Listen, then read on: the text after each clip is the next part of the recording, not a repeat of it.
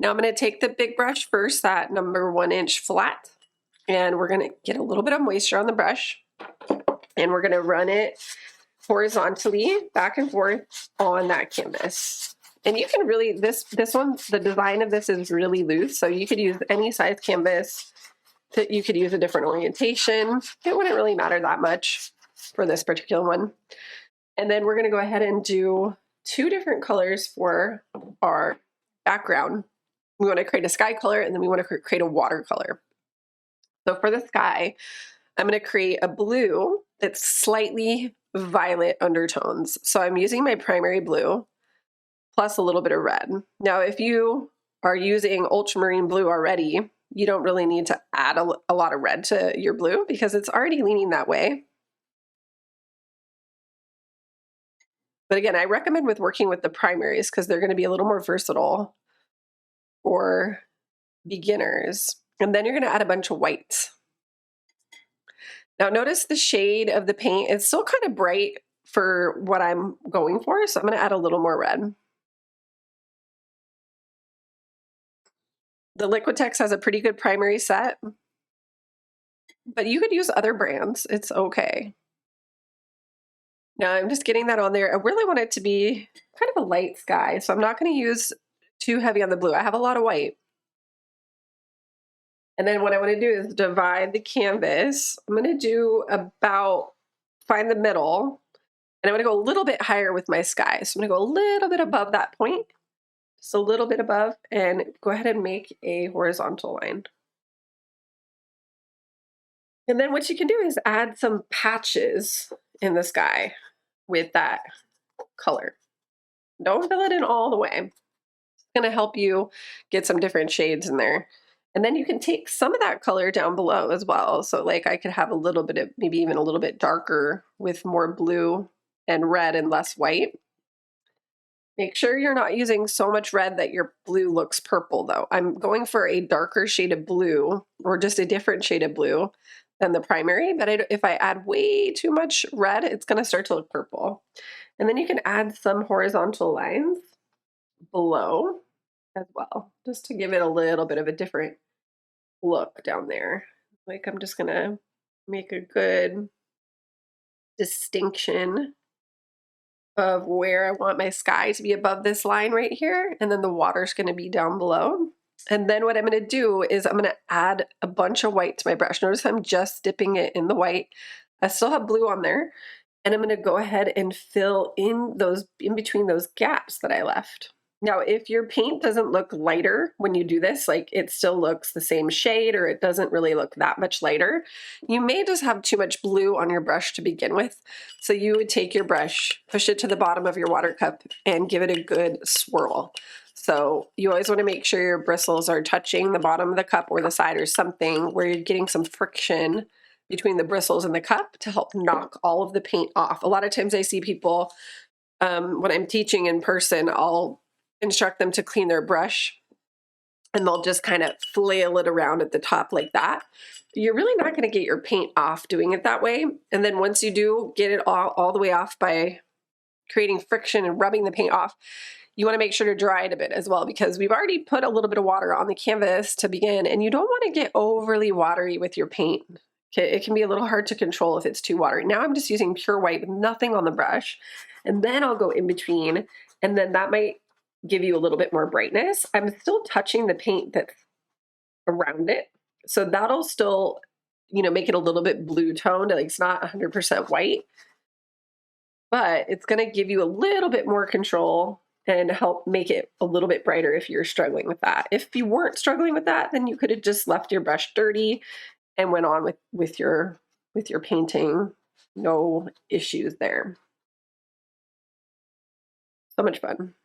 But I just want to keep the sky nice and blotchy like that. Now, if it gets too light, you can always go back into that darker shade of blue and just plug it in some darker shades of blue. Just sort of dab it where you want to see it.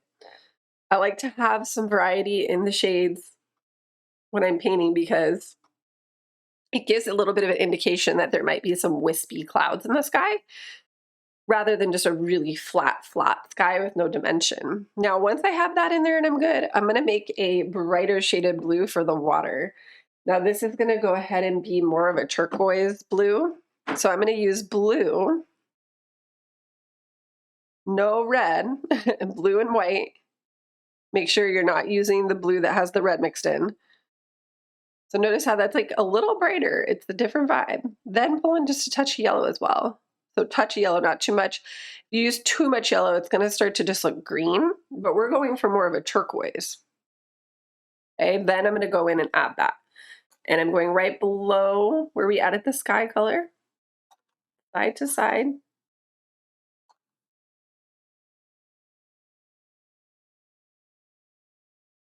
And then I'm pulling it down.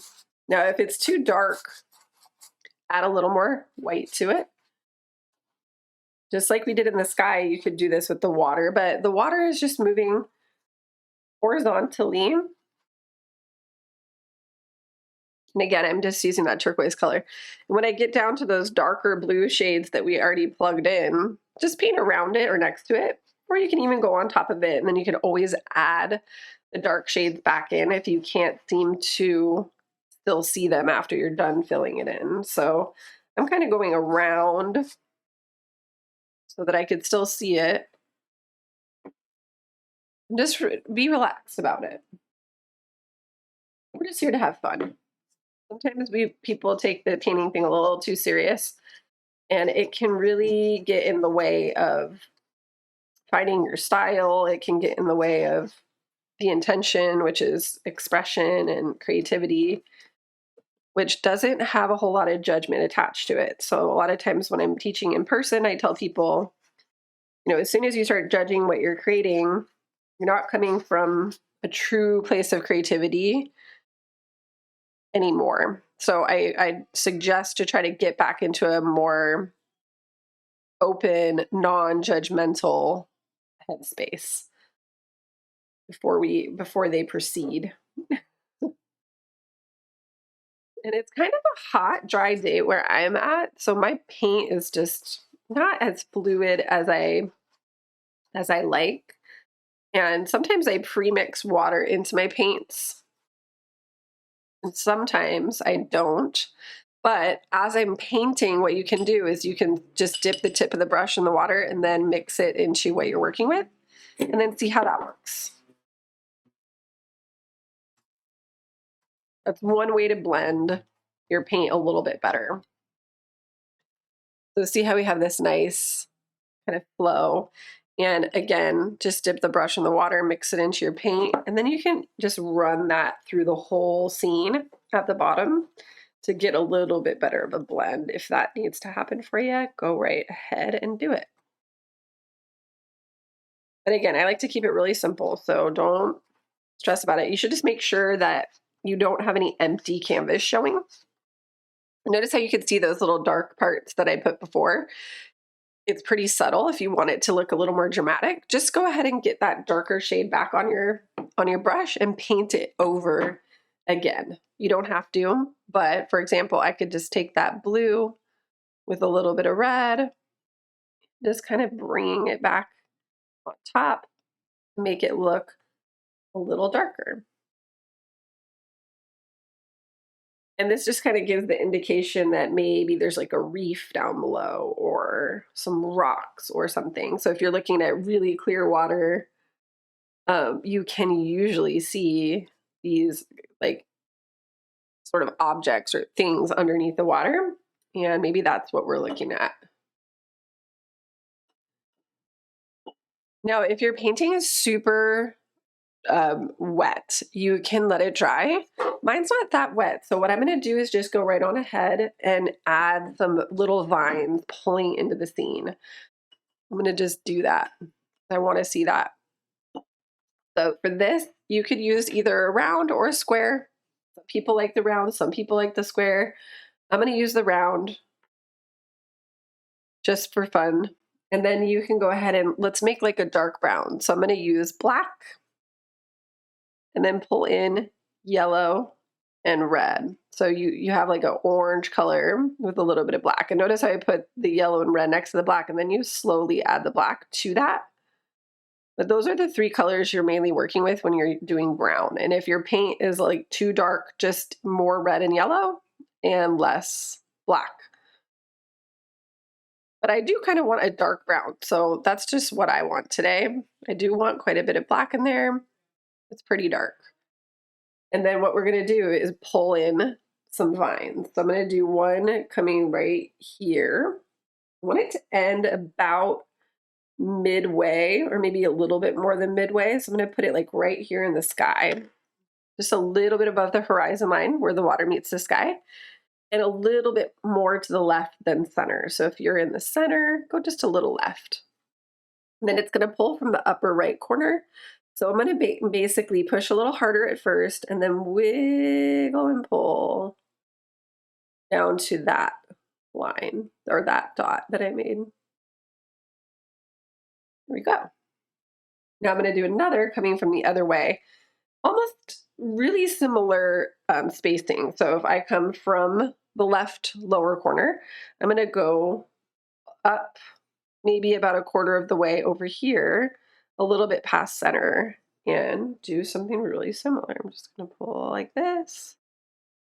Thicker to thinner typically with the branch. So it's thicker, and then notice I'm wiggling. This is really great for the round brush, like to get that wiggly motion. And then those are the main branches I'm going to do. I'm going to add some little branches coming off. So again, they're a little bit thicker at the base and then pull out thinner. So it's all about pressure. Push harder at first and then wiggle and pull and press softer so that your brush stroke gets thinner. And a lot of times with a round brush, it's good to swirl your brush in the paint rather than smashing. That way it keeps your tip of your brush nice and pulled together.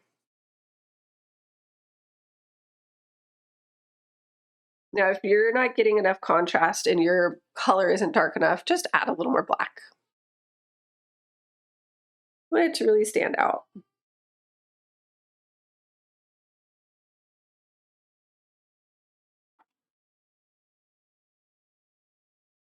Notice I'm just pulling all sorts of little wiggly little branches coming off. This is good.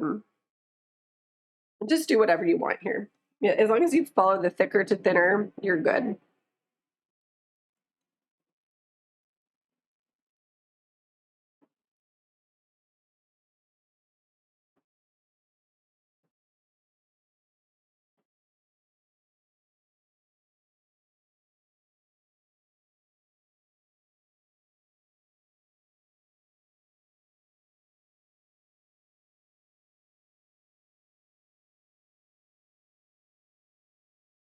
Just relax and have fun with it.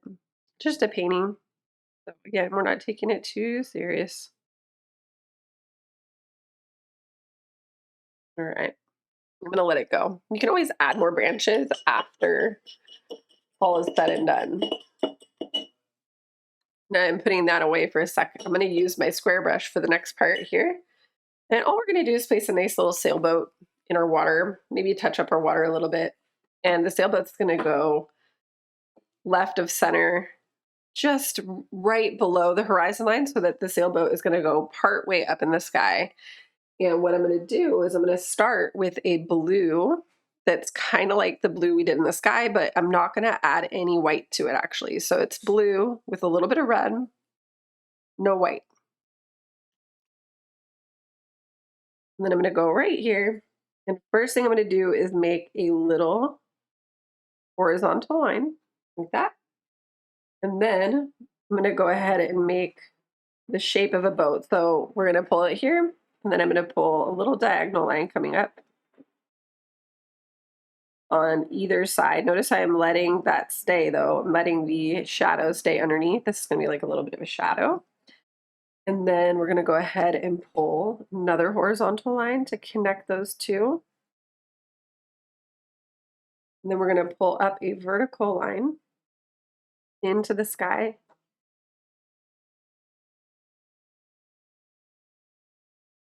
Notice how I'm going into the sky. Now I don't have to go like way too high, but you want to go high enough. And then you're going to make a long triangle pulling down. I mean, on the left, very close to the top of the boat, and then pull it back into the center. And then we're going to do another line that pulls from that vertical line, but it's going to ebb out like a banana shape. And then go ahead and make that into a bent triangle. Like that.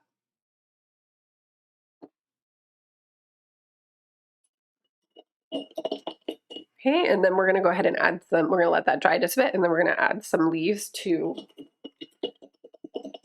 these little branches. And I'm still going to use a square brush for this. And I'm going to do these with like pink and red shades. You can use red with a tiny bit of yellow, and that's going to give you a slightly warmer shade of red. Now, don't do too much because you don't want it to look orange. So it's just this tiny, tiny bit of yellow, and that could look kind of pretty. And then maybe a little bit of white. So it's like mostly red, tiny bit of yellow, and a little bit of white. Not too much white. We want to start with like a darker shade, or a brighter shade, I should say. And then we're going to go to the tips of the branches and then just do some dabs. Just dab the corner.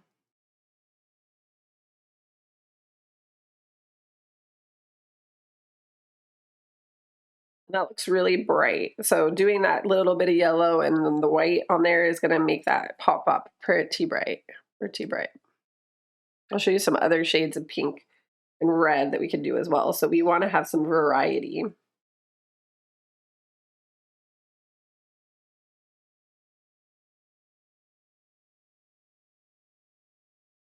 Notice I can just go right on top of that branch. Like you really don't have to be too shy about gobbing it on there.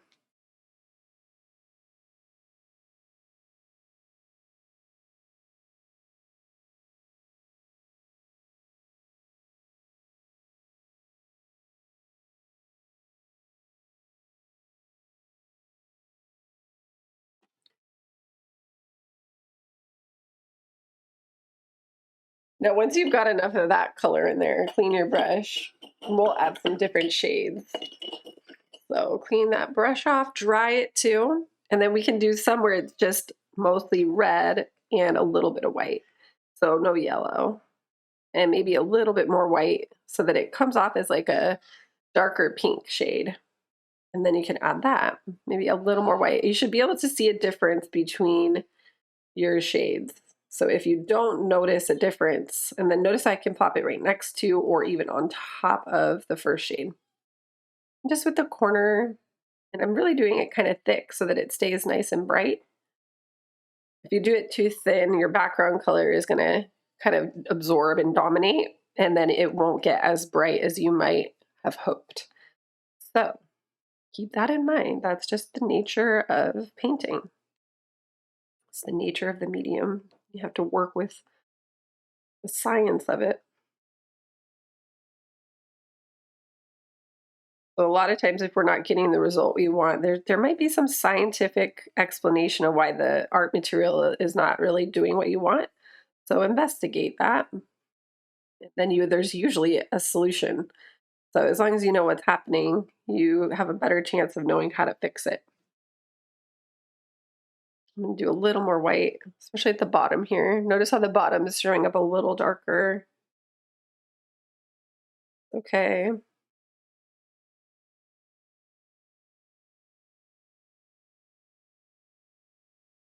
And then you can add even more white. Really, really, really, really like a really light pink. And then do a little bit of that. But we should see every respective shade. You don't want to have your next shade, like say you add the medium shade and then you add the light shade and then you're covering over everything. You really want to let each shade have its own voice. So be careful as you add. A lot of times I see people will add their like highlights or the lighter colors and then they take over the darker colors all the way. And that's defeating the purpose. I'm just tapping the corner very loosely. If you're getting a repetitive shape where things don't look variedied, make sure you're moving your brush around. You shouldn't just be tapping it in the exact same way every single time you hit the brush down. And you can have some paintbrush strokes that are removed a little bit and smaller, trickling out into the background a bit. All right. Now we could also have some greenery on our branches, some like little leaf type things going on.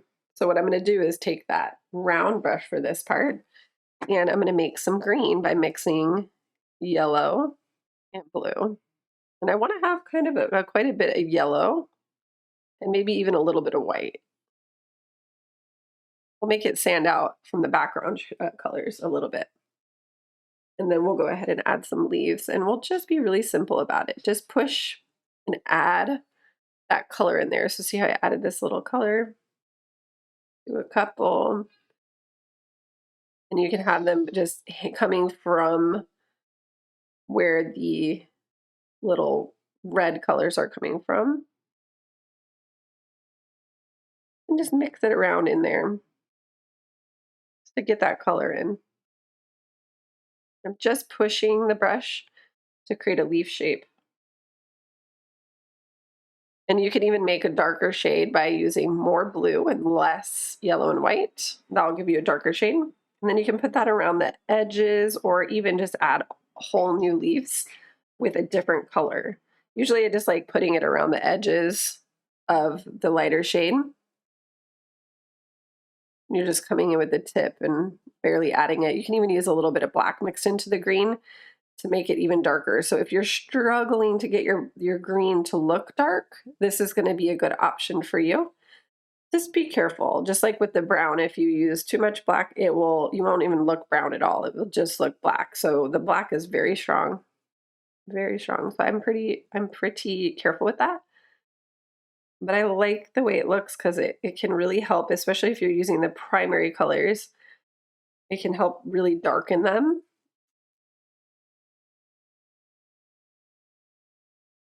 You can just put it on one side, or you can put it on both sides, or you can just dab it next to. Really be loose about how you express it. It's totally fine. Totally fine.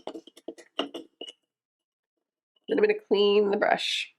And I'm going to go ahead and color the sailboat in with white. So pure white. My pure white is getting kind of taken over. If you just barely have any other color in there, it won't show up. And color in those sails.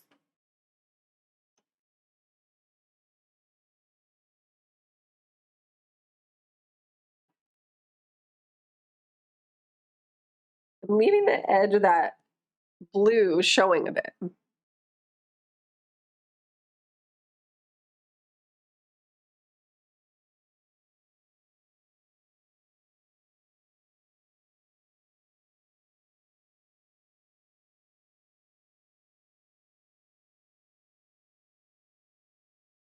then I'm going to reflect it in the water. So I'm going to go below the sailboat and add a little bit of white underneath the shape, just zigzagging side to side.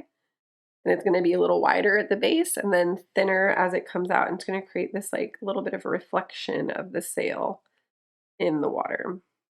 And if your paint got a little bit too, the dark paint got a little too covered up, you can always go back to that purplish blue. So blue with a little bit of red, the color that we did the outline with, and you could reestablish it a bit. So I'm going to do that because I want it to almost blend with the white a bit, but I do want some parts to look really bright. So I can always go back and forth a bit until I get the contrast that I'm looking for.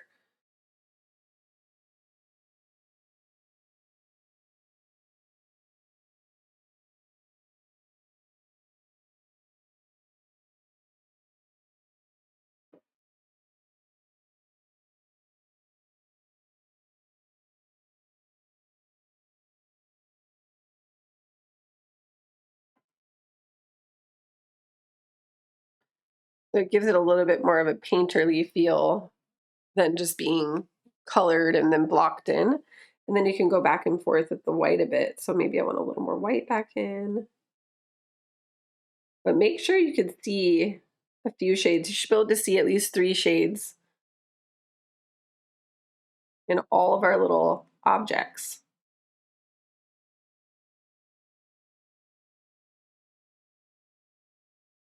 And then it's obviously very easy to go back and forth between the darker shades and the lighter shades. Make sure they all have a voice. And you'll know when it's good. And then don't worry about like any kind of a perfect sort of thing. Nothing's going to look perfect. It's not going to be perfect. That's okay. Now you can add some more, like maybe I want to add some more of that dark blue type color to the horizon line to give it a little punch. So see how I can go in there and just punch that up a bit. You could add a little more of it, like a darker shadow under the boat. You can do some more of the dark in the water. So play around with that a little bit if you want. You'll do some out here. Kind of looks a little flat out there, so but I can always go back with that turquoise color so and blend it out a little bit. So if anything gets a little too strong or whatever, you can always go back and forth between your base color and then whatever color you're trying to layer on top. And I think it's really fun to go in and just mess around a little bit. Make sure you have some variety in the shades in your water. Make sure you have some variety in your leaves and the sailboat. And make sure you have some contrast in your branches. So I can even go and clean my small round brush and add some black to my branches. So if your brown was a little bit too soft, adding some black just in there, you know. Maybe you have some like little mangly branches that don't even have any blossoms on them coming out into the scene. That could look kind of cool. So fun.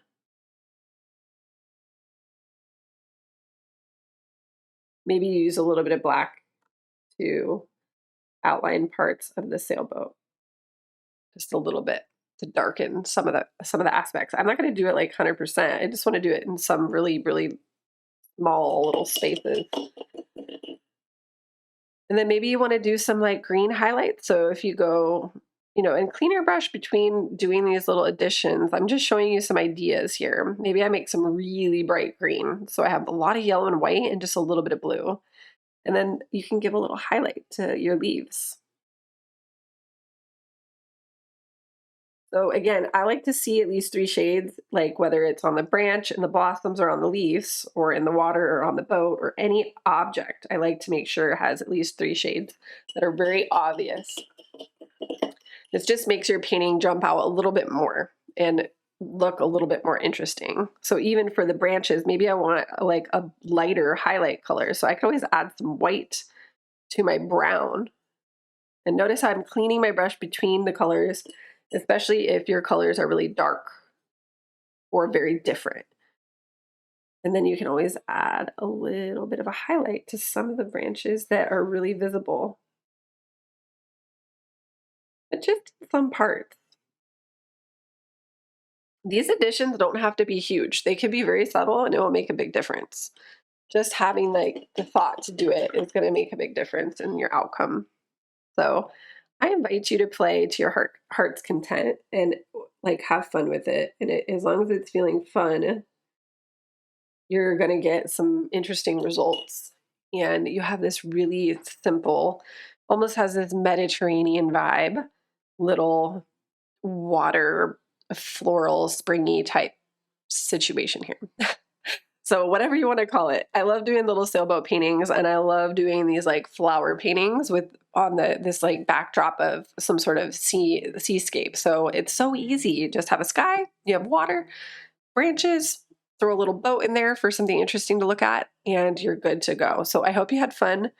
Make sure to like, subscribe, and share just to help me spread the joy of painting, which I love to do. I hope you had a beautiful time painting along and have a beautiful rest of your day.